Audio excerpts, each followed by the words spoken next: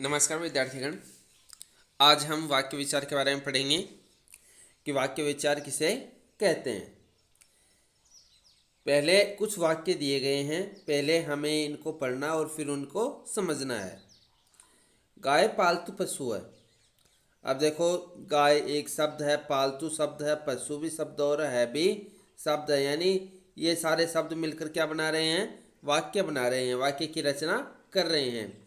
कुत्ता भौंक रहा है, कुत्ता शब्द है, शब्द भौंक भी शब्द है, रहा शब्द है और है भी शब्द है, यानी ये सारे शब्द मिलकर क्या बना रहे हैं? वाक्य बना रहे हैं। आप यहाँ बैठिए, इसमें आप यहाँ बैठिए, ये तीनों शब्द मिलकर क्या बना रहे हैं? वाक्य बना रहे हैं। आप कहाँ रहते हैं, आप कहाँ रहते हैं, ये चार शब्द मिलकर के क्या बना रहे हैं? एक वाक्य बना रहे हैं। तो आपने देखा ही उपयुक्त सभी वाक्य हैं, इनकी रचना शब्दों के सार्थक मेल से हुई है। सार्थक मेल कौन सा होता है? जिनका अर्थ निकलता है। इसमें जितने भी शब्द हैं इन सबका क्या निकल रहा है? अर्थ निकल रहा है। तो ये शब्द कौन से शब्द हो गए? सार्थक शब्द। तो इस वाक्य की रचना है वो सार्थक शब्दों की मेल से हुई है। वाक्य द्वारा हम अपने मनोभावों या विचारों को प्रकट करते हैं। इस प्रकार वाक्य की परिभाषा होगी, दो या दो से अधिक सार्थक शब्दों के समूह को वाक्य कहते हैं। तो वाक्य क्या परिभाषा होती है? वाक्य किसे कहते हैं? दो या दो से अधिक सार्थक शब्दों के समूह को वाक्य कहते हैं। वाक्य परिभाषा याद हो गई होगी। दो या दो से अधिक सार्थक शब्दों के समूह को वाक्य कहते हैं। अब आता वाक्य के अंग कि वाक्य कितने अंग होते हैं। वाक्य के मुख्यतः दो अंग होते हैं। दो अंग कौन से होते हैं? उद्देश्य और विधेय, ये दो अंग होते हैं। उद्देश्य किसे कहते हैं? उद्देश्य वाक्य में जिसके विषय में कुछ कहा जाता है या जिसका वर्णन किया जाता है उसे उद्देश्य कहते हैं। वाक्य में जिसके विषय में कुछ कहा जाता है यानी कि जिसके बारे में कहा जाता है उसे क्या कहते हैं? उद्देश्य कहते हैं। विधेय किसे कहते हैं? वाक्य में उद्देश्य विषय में जो कुछ कहा जाता है उसे विधेय कहते हैं। उद्देश्य और विधेय को समझने हेतु निम्नलिखित वाक्यों को देखिए। आप कुछ वाक्य नीचे दिए गए हैं, इसके अंतर्गत हमें क्या देखने हैं? उद्देश्य देखने हैं, विधेय देखने हैं। ये तो क्या थी? उद्देश्य और विधेय की परिभाषा थी। इन दोनों में क्या अंतर होता है उद्देश्य और विधेय में? कि वाक्य में जिसके विषय में जो कुछ कहा जाता है या जिसका वर्णन किया जाता है उसे उद्देश्य कहते हैं, और वाक्य में उद्देश्य विषय में जो कुछ कहा जाता है उसे विधेय कहते हैं। यानी वाक्य है गुरुजी का सम्मान करें, इसमें उद्देश्य गुरुजी है। क्यों? क्यों सम्मान किसका किया जा रहा है? सम्मान किसका किया जा रहा है? गुरुजी का। तो गुरुजी क्या हो गया? उद्देश्य हो गया। सम्मान करें, सम्मान करें क्या हो गया? विधेय हो गया। क्यों हो गया विधेय? क्योंकि गुरुजी के बारे में क्या कहा जा रहा है?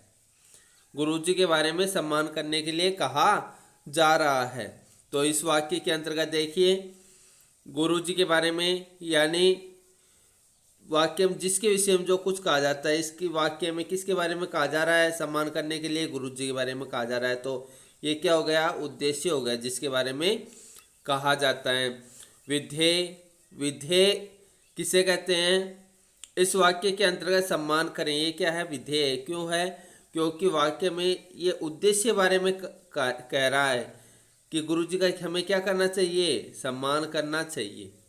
तो ये हो गया विधेय। दूसरा वाक्य देखिए, नीतू की सहेली बरेली गई है।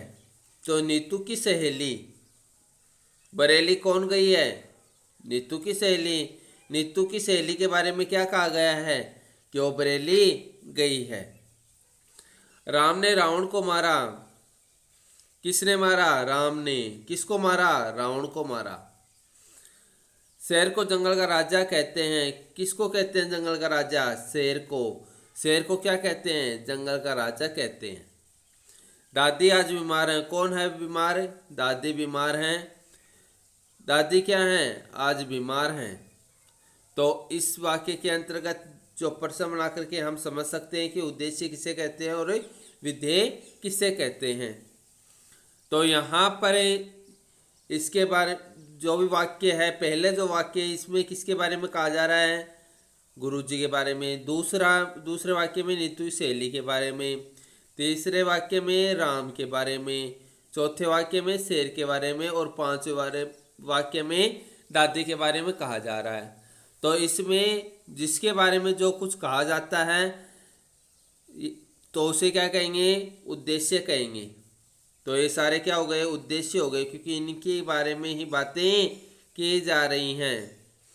गुरु जी के बारे में, नीतू सहेली के बारे में, राम के बारे में, शेर के बारे में, दादी के बारे में, इनके बारे में ही बातें की जा रही हैं। तो ये सब क्या हो गए? उद्देश्य हो गए। इन्हीं उद्देश्य के बारे में क्या कहा जा रहा है कि गुरु जी के बारे में कहा जा रहा है कि सम्मान करना चाहिए। नीतू सहेली के बारे में कहा जा रहा है कि वो बरेली गई है। राम के बारे में कहा जा रहा है कि उसने रावण को मारा। शेर के बारे में कहा जा रहा है कि शेर जंगल का राजा होता है, उसे जंगल का राजा कहते हैं। दादी के बारे में कहा जा रहा है कि वो आज बीमार हैं। तो कहने का मतलब है जिसके विषय में कहा जाता उसे तो उद्देश्य कहते हैं, और उद्देश्य के बारे में जो कुछ कहा जाता उसे विधेय कहते हैं। ये सब किसके बारे में कहा जा रहा है? उद्देश्य के बारे में कहा जा रहा है। तो उद्देश्य के बारे में जो कुछ कहा जाता उसे विधेय कहते हैं, और जिसके विषय में जो कुछ कहा जाता उसे उद्देश्य कहते हैं। आ गया होगा अब उद्देश्य और विधेय समझ में कि ये वाक्य ये दो अंग होते हैं, यानी दो अंगों से मिलकर के क्या बनते हैं? वाक्य बनते हैं। दो अंग कौन से होते हैं? उद्देश्य और विधेय होते हैं। एक तो वो होता है जिसके बारे में कहा जाता है, और दूसरा होता है उद्देश्य के बारे में जो कुछ कहा जाता है। ठीक है, तो ध्यान में रखना, जिसके विषय में जो कुछ कहा जाता है उसे तो उद्देश्य कहते हैं, और उद्देश्य विषय में जो कुछ कहा जाता है उसे विधेय कहते हैं। तो जिसके विषय में जो कुछ कहा जाता है उसे उद्देश्य कहते हैं। तो ये सब उद्देश्य हो गए, और उद्देश्य विषय में जो कुछ कहा जाता है उसे विधेय कहते हैं। तो ये सब बातें उद्देश्य के विषय में ही कही गई हैं। तो ये क्या हो गए? विधेय हो गए। अब आता है पदक्रम। पदक्रम किसे कहते हैं? वाक्यों का सही अर्थ ग्रहण करने हेतु प्रयुक्त शब्दों को एक निश्चित क्रम में रखने की प्रक्रिया पदक्रम कहलाती है। यदि पद निश्चित क्रम में नहीं है तो तथ्य कुछ अर्थ देने लगेगा। कहने का मतलब वाक्य का जो सही अर्थ है ना उसको ग्रहण करने हेतु प्रयोग शब्दों को एक निश्चित क्रम में रखने की प्रक्रिया पदक्रम कहलाती है।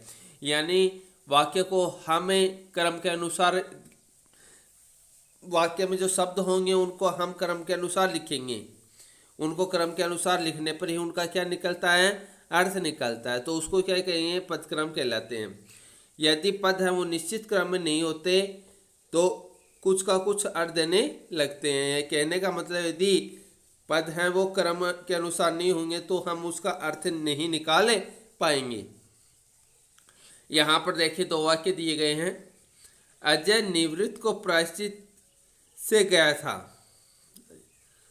अब ये जो वाक्य दे रखा है इसके अंतर्गत इसका कोई अर्थ ही नहीं निकल रहा। अजय प्रायश्चित से निवृत्त हो गया था, तो इसका अर्थ निकल रहा है। तो जहां पर इसमें पद देखो अजय निवृत्त हो प्रायश्चित से गया था, दूसरे में देखो अजय प्रायश्चित से निवृत्त हो गया था। तो कहने का मतलब है ये अजय शब्द दोनों में आया है, निवृत्त शब्द भी दोनों में आया है, प्रायश्चित शब्द भी दोनों में आया है।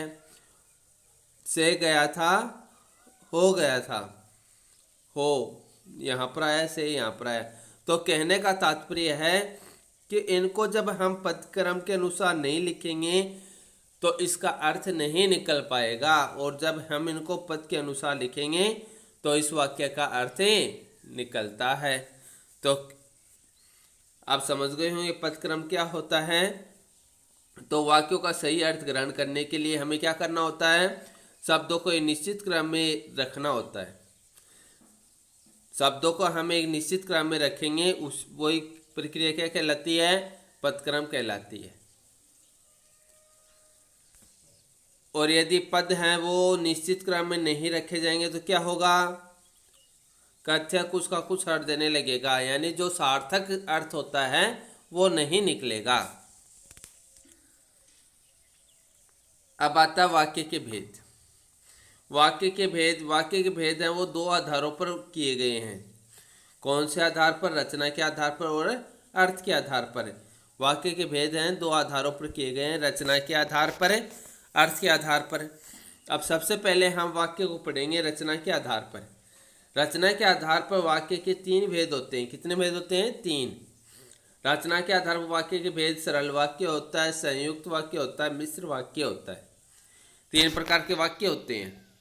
सबसे पहले पढ़ेंगे सरल वाक्य के बारे में। जिस वाक्य में एक उद्देश्य और एक ही क्रिया होती है उसे सरल वाक्य कहते हैं। यानी उद्देश्य तो आप समझ गए होंगे, उद्देश्य किसे कहते हैं? जिसके विषय में कुछ बताया जाता है या जिसके विषय में बातें की जाती हैं उसे उद्देश्य कहते हैं। तो उसमें एक उद्देश्य और एक ही क्रिया होती है, उस वाक्य को कहेंगे सरल वाक्य। बच्चा रो रहा है तो बच्चा इसमें उद्देश्य है, रो रहा है ये क्रिया हो गई। गाय घास खाती है, गाय ये उद्देश्य हो गया, घास खाती है ये क्या हो गया? खाती है क्रिया हो गई, एक ही तो क्रिया आ रही है इसमें। अभिनव हॉकी खेल रहा है, अभिनव ये तो क्या हो गया? उद्देश्य हो गया। हॉकी खेल रहा है, खेल रहा है, खेलना क्या होती है? क्रिया होती है। तो जैसे कि इस वाक्य में देखा गया है कि इसमें उद्देश्य भी क्या है? एक ही है और क्रिया भी क्या है? एक ही है। बच्चा गाय अभिनव ये तो क्या है? उद्देश्य है। रो रहा है, खाती है, खेल रहा है ये क्या है? क्रिया है। तो इनमें एक ही क्रिया का प्रयोग किया गया है। दूसरा आता है संयुक्त वाक्य। इस संयुक्त वाक्य किसे कहते हैं? जिस वाक्य में दो या दो से अधिक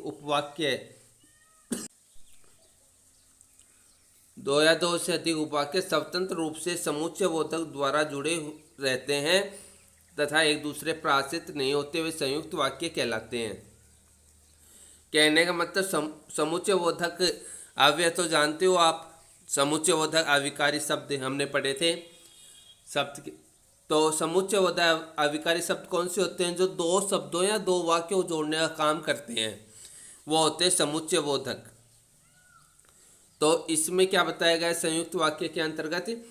जिस वाक्य में दो या दो से अधिक उपवाक्य स्वतंत्र रूप से समुच्चय बोधक द्वारा जुड़े रहते हैं, यानी इसमें दो या दो से अधिक उपवाक्य होंगे और वो दोनों उपवाक्य किसके द्वारा जुड़े हुए होंगे? समुच्चय बोधक द्वारा जुड़े हुए होंगे, यानी वो एक दूसरे पर आश्रित नहीं होते, उन्हें संयुक्त वाक्य कहते हैं। तो संयुक्त वाक्य के अंतर्गत दो या दो से अधिक उपवाक्य होंगे, वो समुच्चय बोधक द्वारा जुड़े हुए होंगे, तो उन वाक्यों को कहेंगे संयुक्त वाक्य। जैसे उदाहरण के माध्यम से समझते हैं। वह आया भी लेकिन ठहरा नहीं, वह आया। एक वाक्य तो ये हो गया, वह आया, वाक्य हो रहा है। ठहरा नहीं, वह ठहरा नहीं, दूसरा वाक्य हो रहा है। लेकिन यहाँ पर लेकिन शब्द से दोनों वाक्य जुड़े हुए हैं। दूसरा देखो, प्रिया ने लेख लिखा, प्रिया ने लेख लिखा। तो प्रिया ने लेख लिखा, यहाँ पर ये वाक्य हो रहा है, प्रिया ने लेख लिखा। दूसरा वाक्य मम्मी को दिखाया, उसने लेख मम्मी को दिखाया, प्रिया ने लेख मम्मी को दिखाए। दोनों वाक्य किससे जुड़े हुए हैं? और से जुड़े हुए हैं। दोनों वाक्य किससे जुड़े हुए हैं? और से जुड़े हुए हैं। तो यहाँ पर ये दो वाक्य हैं, ये समुच्चय बोधक सबसे जुड़े हुए हैं। तीसरा देखो, आरव के घर के पास पहले जंगल था। यहाँ पर एक वाक्य पूरा हो रहा है, आरव के घर के पास पहले जंगल था। अब घनी बस्ती बन गई है, ये भी एक वाक्य हो गया। लेकिन इन दोनों वाक्यों को किससे जोड़ा गया है? परंतु से जोड़ा गया है। किससे जोड़ा गया है? परंतु से। तो कहने का मतलब तीनों वाक्य के अंतर्गत सब में दो दो वाक्य हैं, एक में लेकिन, दूसरे में और तीसरे में परंतु। इन समुच्चय बोधक अव्यय के द्वारा ये जुड़े हुए हैं। तो आप समझ गए होंगे कि संयुक्त वाक्य किसे कहते हैं, जिस वाक्य में दो या दो से अधिक उपवाक्य स्वतंत्र रूप से होते हैं और वो समुच्चय बोधक द्वारा जुड़े हुए होते हैं, उन वाक्यों को संयुक्त वाक्य कहते हैं। तो इसके अंतर्गत और है, तथा है, और इसमें दे रखा है, और, तथा, एवं, किंतु, परंतु।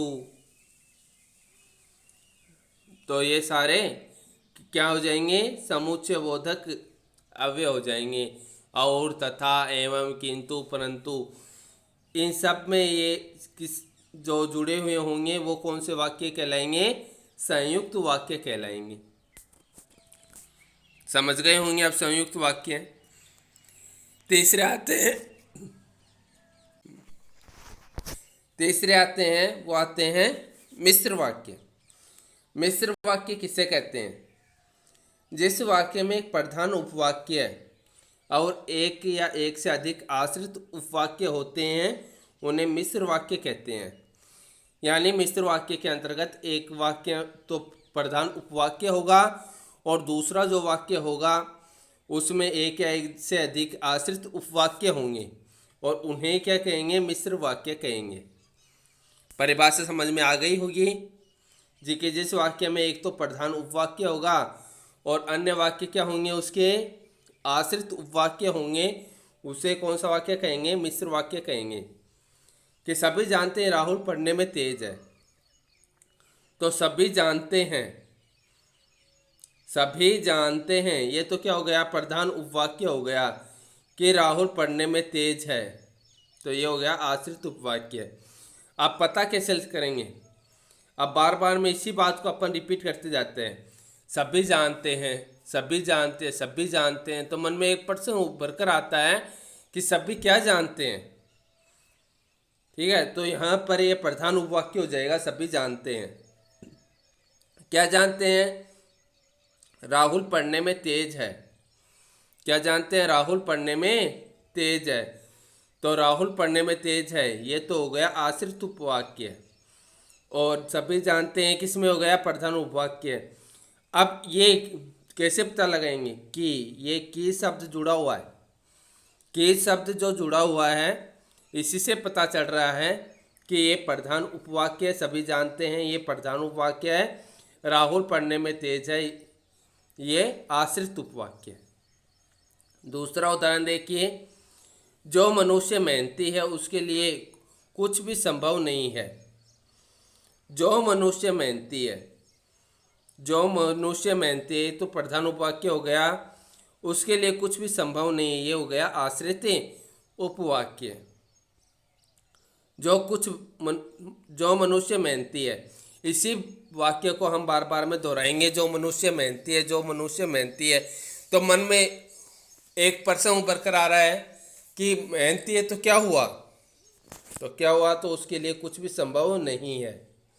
तो आप समझ गए होंगे कि प्रधान उपवाक्य और आश्रित उपवाक्य किसे कहते हैं, जिस वाक्य में एक प्रधान उपवाक्य होगा। प्रधान उपवाक्य तो क्या होगा, एक होगा, लेकिन आश्रित उपवाक्य हैं वो दो या दो से अधिक भी हो सकते हैं, एक या एक से अधिक भी हो सकते हैं। ठीक है, तो उसे कहेंगे मिश्र वाक्य।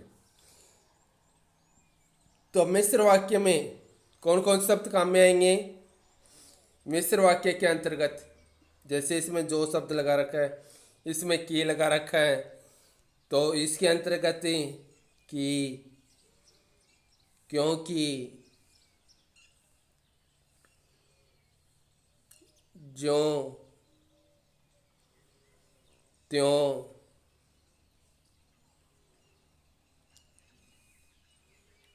ज्यों ही,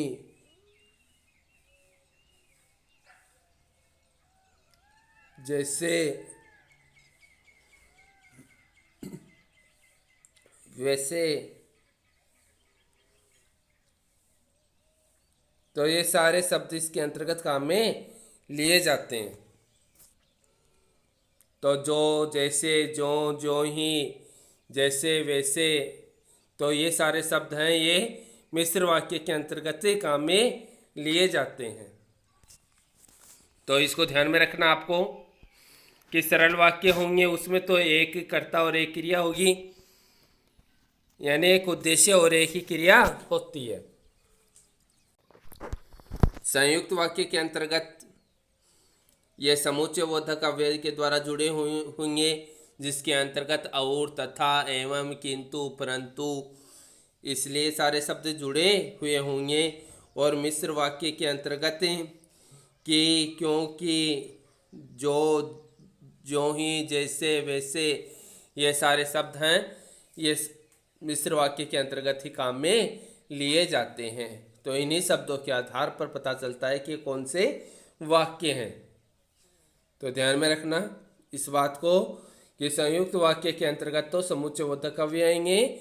समुच्चय बोधक अव्यय जो दो वाक्यों जोड़ने का काम है करते हैं, और, तथा, किंतु, परंतु, इसलिए। और मिश्र वाक्य जिस कि, क्योंकि, जैसे, वैसे, जो ही, त्यों ही, ये सारे शब्द हैं, ये मिश्र वाक्य के अंतर्गत आते हैं।